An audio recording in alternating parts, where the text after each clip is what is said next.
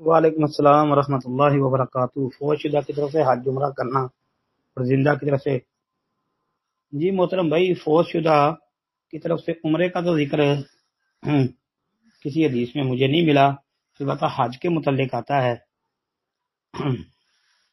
کہ صحیح بخاری وغیرہ کے اندر ہے نا کہ اگر کسی نے نظر مانی ہو نا حج کی اور فوت ہو جائے تو اس کی طرف سے حج کیا جا سکتا ہے، یہ تو موجود ہے، صحیح حدیث ہے۔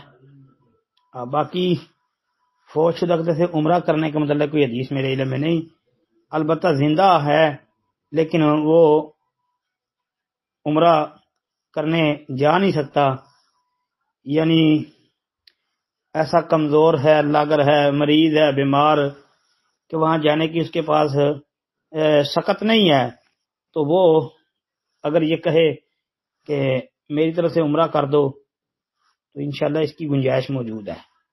ہاں جی، سنن کی کتابوں میں حدیث آتی ہے۔ السلام علیکم ورحمۃ اللہ۔